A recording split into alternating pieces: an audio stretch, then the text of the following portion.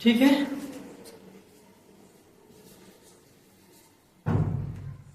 चलिए,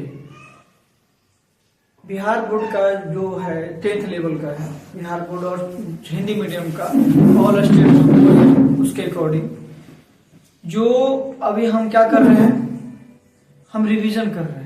revision terms में हम आगे बढ़ रहे हैं, यानी हमारा जो भी क्वेश्चन वाइज रिवीजन कर रहे हैं। और रिवीजन क्लास में सभी लोगों का हार्दिक स्वागत है और अच्छे से पढ़िए, आगे बढ़िए, मस्त रहिए। तो इसमें हमने 2 क्वेश्चन किया था, 2 क्वेश्चन के बारे में जाना था। रिवीजन में हमने 2 क्वेश्चन जाना था। पेज नंबर 289 का 2 क्वेश्चन। क्या कारण है कि कुछ पदार्थ जैव निम्नीकरणीय होते हैं और कुछ अजैव निम्नीकरणीय होते हैं। और ये हमारा चैप्टर है हमारा पर्यावरण, पार्ट नंबर 15 का रिवीजन कर रहे हैं। उसमें क्वेश्चन और बाकी रह गया। ओके, इसमें तीसरा क्वेश्चन हमारा है, ऐसे 2 तरीके बताइए। अब क्लास पर चलते हैं। ऐसे 2 तरीके बताइए जिनमें जैव निम्नीकरणीय पदार्थ पर्यावरण को प्रभावित करते हैं। यानी page number 289 question number 3 NCERT pattern.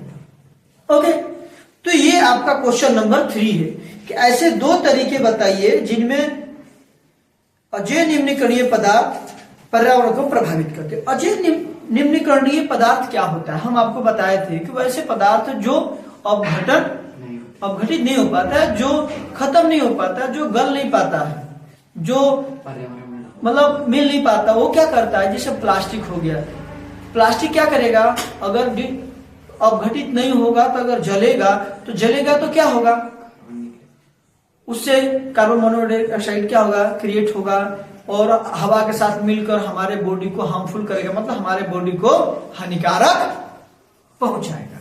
तो इसका आंसर बात आते हैं जिस तरीके से मैंने लिखा है, अजैव निम्नीकरणीय पदार्थ अपघटित न होकर कारण पर्यावरण में लंबे समय तक रहते हैं अथवा पर्यावरण को दूषित करते हैं। ये अपघटित न रहकर ये काफी समय पर्यावरण में लंबे समय तक रहते हैं, जिनके कारण पर्यावरण को दूषित करते हैं। और ताकि जब पर्यावरण दूषित होगा तो हमारे बॉडी पे इफेक्ट आएगा, हमारे शरीर पे इफेक्ट आएगा, हमारे वातावरण में जो सराउंडिंग एरिया में लोग रहते हैं, जीव रहते हैं, काफी लोग रहे, उनको क्या होगा, प्रॉब्लम क्रिएट होगा। हो गया, ये था।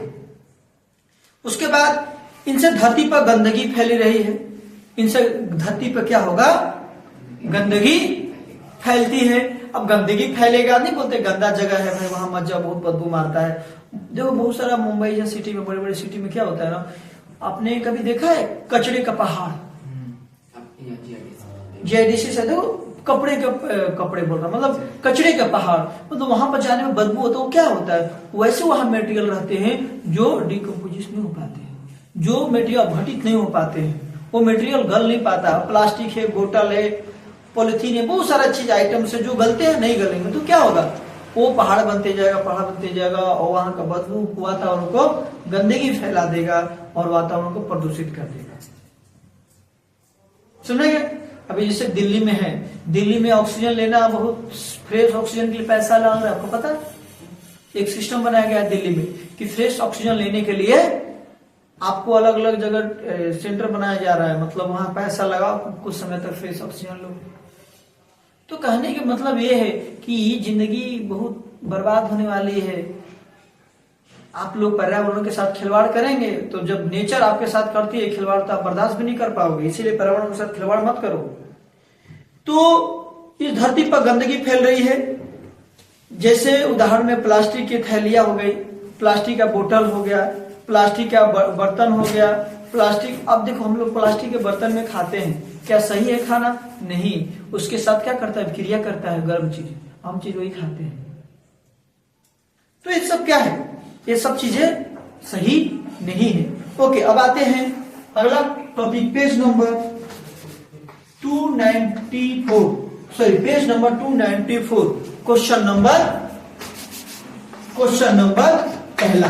अब इसके बारे में जानते हैं। क्वेश्चन नंबर पहला क्या है, पोषी स्तर क्या है, एक आहार श्रृंखला का उदाहरण दीजिए तथा इसमें विभिन्न पोषी स्तर को बताइए। पोषी मतलब देखो इसके बारे में बताया था। विभिन्न जैविक स्तरों पर हिस्सा लेने वाले जीवों के श्रृंखला आहार श्रृंखला बनाती है। ओके, इसका प्रत्येक चरण एक पोषी स्तर का निर्माण करती है, जो उसका उपभोग करता है। पोष मतलब खाता है, जो पोषिका। ओके, जैसे मान लेते हैं अभी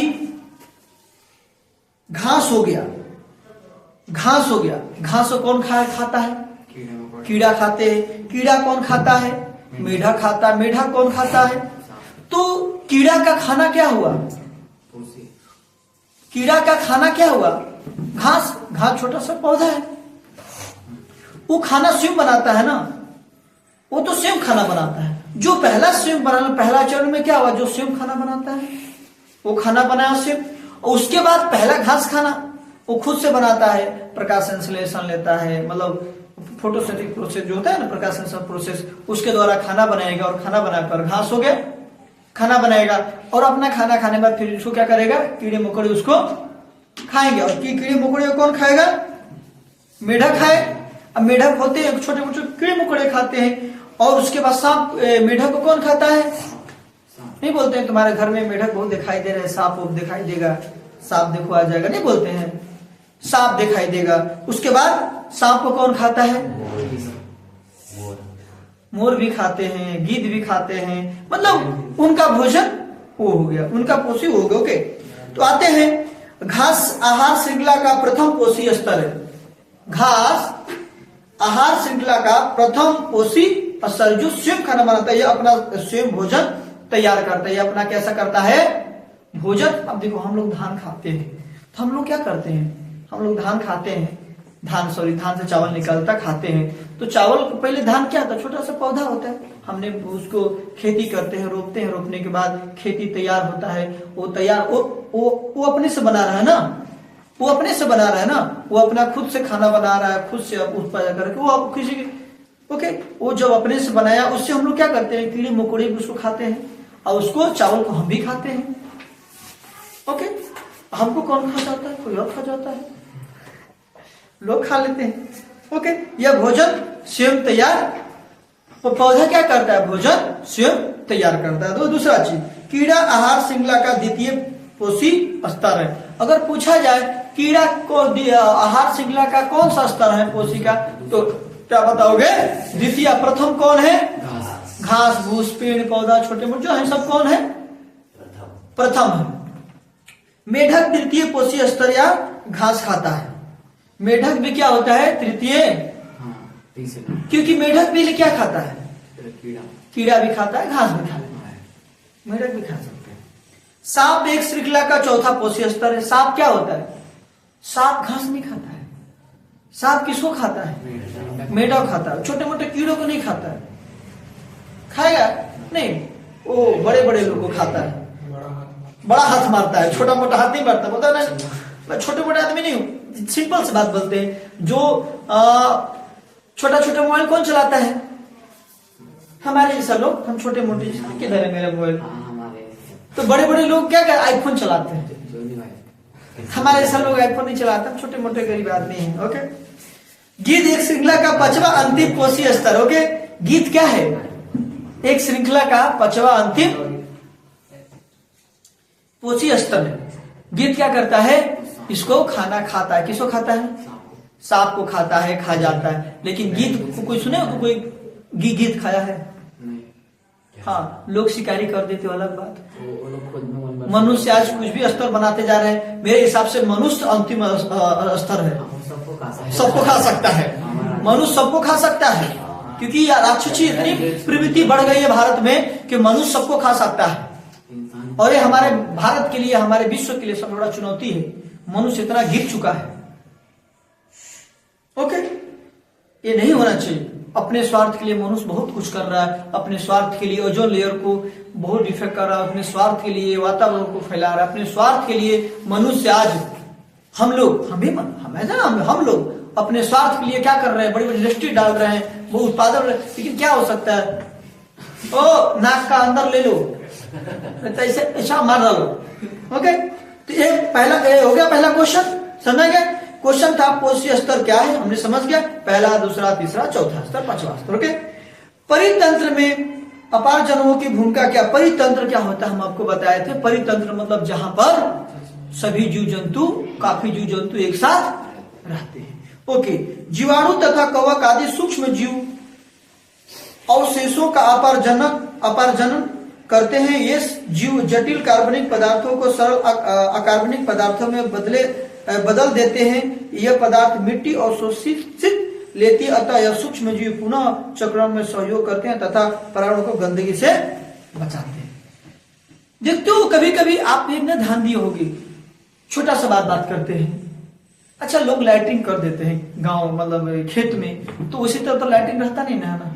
वो छोटे छोटे जीव क्या करते हैं, उसको मिट्टी में बदल देते हैं।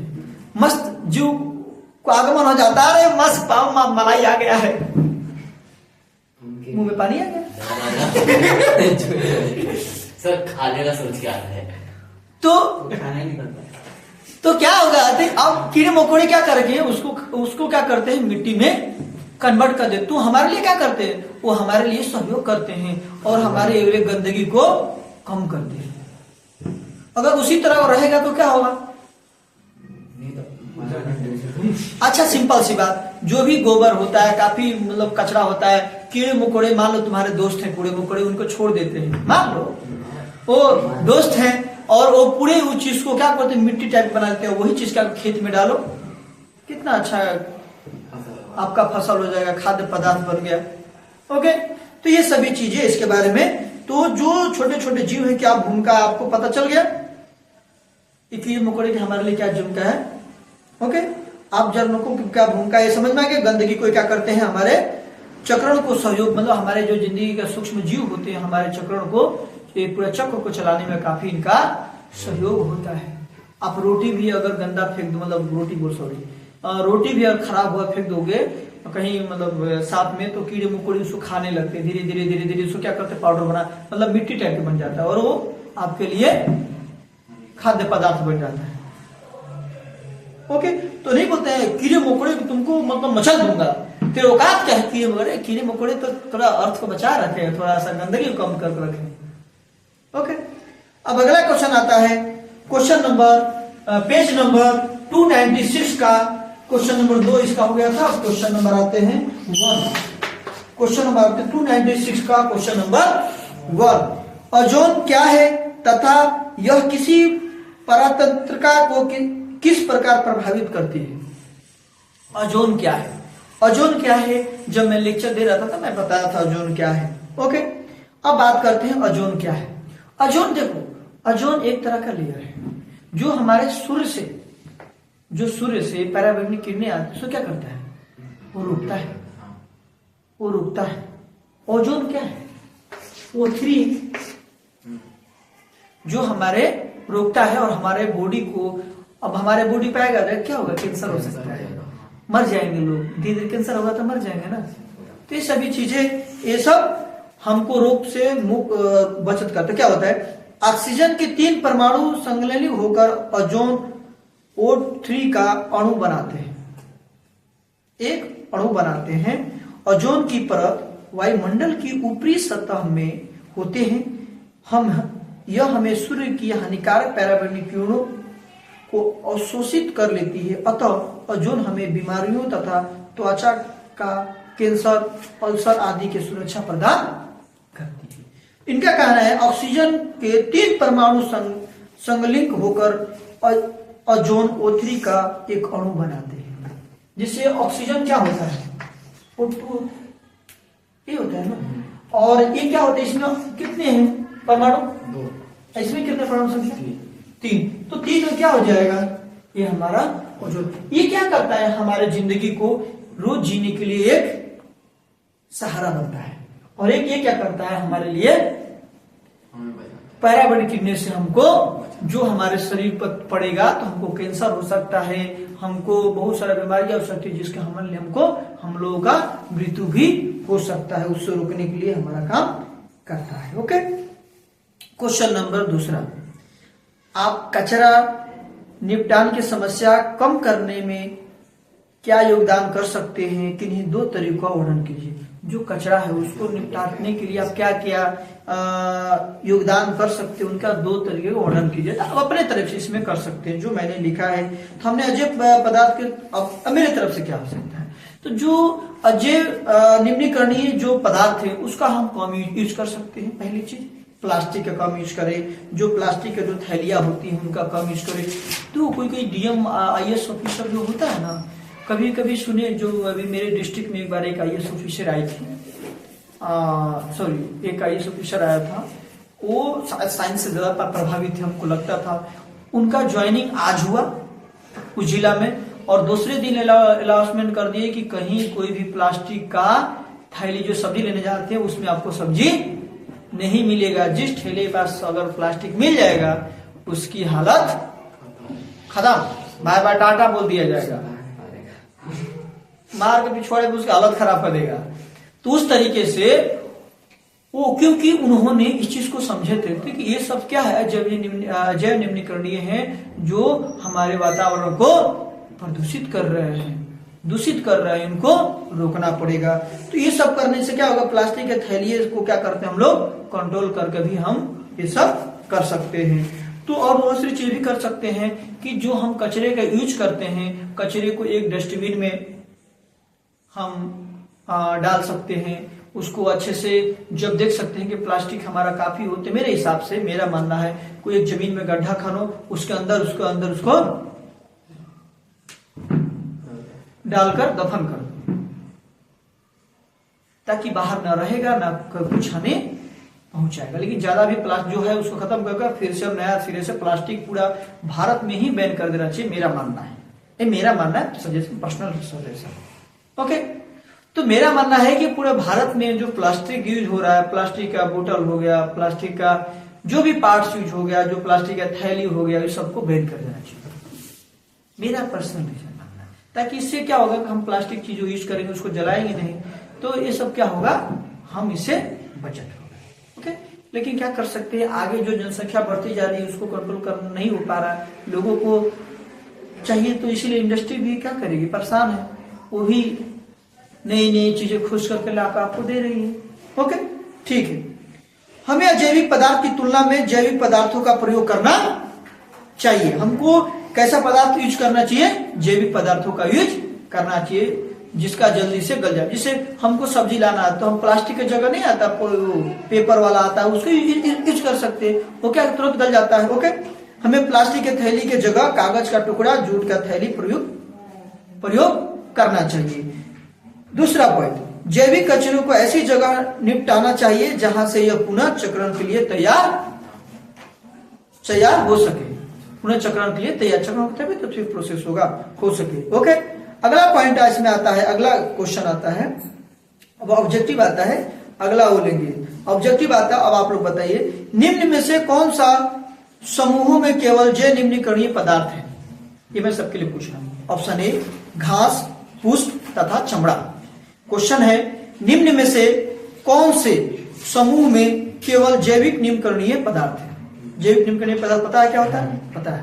पहला ऑप्शन घास, पुष्प तथा चमड़ा, पहला। दूसरा, घास, लकड़ी तथा प्लास्टिक। तीसरा, फलों की छिलके, नींबू का रस। चौथा, केक, लकड़ी एवं घास। बताओ,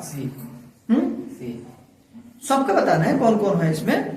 सी हो गया, फलों के छिलके हो गया, सी, और ए नहीं होगा, ए भी है ना, घास, पुष्प सा, चमड़ा भी तो गल सकते हैं ना, और डी भी नहीं होगा, डी भी तो है ना, केक है, लकड़ी है, घास है, केक नहीं गल जाता है। ऑप्शन बी नहीं होगा, ऑप्शन बी का, उसमें प्लास्टिक है, घास है, लकड़ी है, लेकिन प्लास्टिक आ गया ना। अगला क्वेश्चन, निम्न में से कौन सा आहार श्रृंखला का निर्माण करते हैं। ऑप्शन ए, घास, गेहूं तथा आम।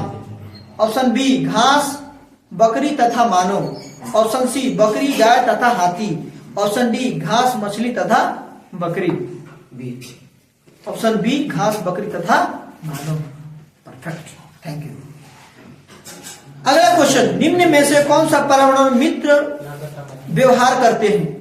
निम्न में से कौन सा पर्यावरण मित्र व्यवहार करते हैं। ऑप्शन ए, बाजार जाते समय सामान के लिए कपड़े का थैला ले जाना, कार्य समाप्त हो जाने के बाद लाइट, बल्ब तथा पंखे का स्विच बंद करना। ऑप्शन सी, माँ दरवाजा स्कूटर से विद्यालय छोड़ने के बजाय तुम्हारा विद्यालय तक पैदल जाना। ऑप्शन डी, उपयोग सभी। लेकिन हाँ, नहीं मैं कौन पर्यावरण को मित्र व्यवहार, मतलब पर्यावरण से हम एक अच्छे से व्यवहार करके आगे चलते। ओके, तो बाइक से छोड़ने जाएंगे तो क्या होगा, स्कूटर छोड़ने जाएंगे तो CO2 इमिशन होगा और वातावरण को हमारा दूषित होगा। पैदल जाएंगे तो थोड़ा कुछ होगा। ओके, और दूसरे कार्य को समाप्त करके लाइट बल्ब को बंद कर देंगे तो हमारा बिजली की बचत होगा। जब बिजली की बचत होगा तो कम कोयला को जलाया जाएगा, कम गैस को जलाया जाएगा बिजली बनाने में। ओके, बाजार जाते समय सामान के लिए कपड़े में थैला ले जाना। आप थैले लेके जाओगे घर से, कोई भी जूट का चाहे कपड़े का लेके जाओगे तो प्लास्टिक लेने की कोई जरूरत नहीं होगा, फिर आप अच्छे से अपना काम कर सकते हो। ओके, अब खाली क्वेश्चन रह गया चौथा, पांचवा, छठवा, सातवां, आठवां, एक दिन का और रह गया। ओके, ठीक है, बहुत बहुत धन्यवाद। आप लोग रिवीजन करते जाइए और लाइक सब्सक्राइब भी कर दीजिए।